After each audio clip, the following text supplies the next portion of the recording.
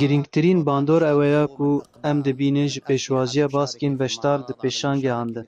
Ji bo beşdarbûna di îmzekirina peymana parastina zarokên me li ser rêyan û ev yek daxwaza Wezareta Veguhestinê pêk tîne ku pêşangehên otomobîlan bibin platformek ji bo belavkirina çanda ewlehiya trafîkê.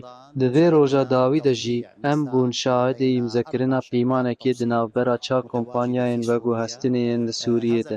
Ev peyman pavendbûna van kompanyayên bi parastina ajokarên motosîkletan ên ku karê dîlîverî dikin û pavendbûna temam bi rêbazên trafîkê diyar dike. Em hêvî dikin ku ev nêzîkatî di pêşangehên pêşerojê de jî biçî bibe înşellah û em hêviya serkeftinên zêdetir ji bo van pêşangehan dikin ku daxwazên bikarhêneran di cor û qonaxên cuda de pêk gînin.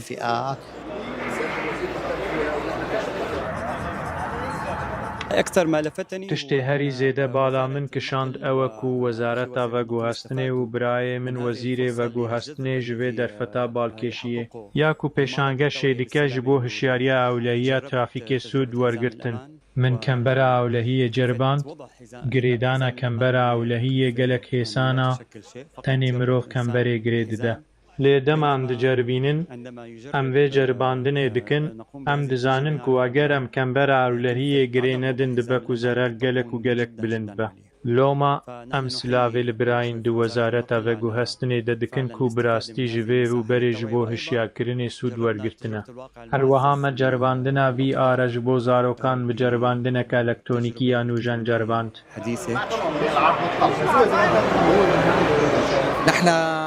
Em heta vê keliyê ango nêzîkî nîv saet berî ku ez bi we re rawestim me 358,000 serdanker hebûn ku ev hejmareke gelekî baş e di çar rojan de.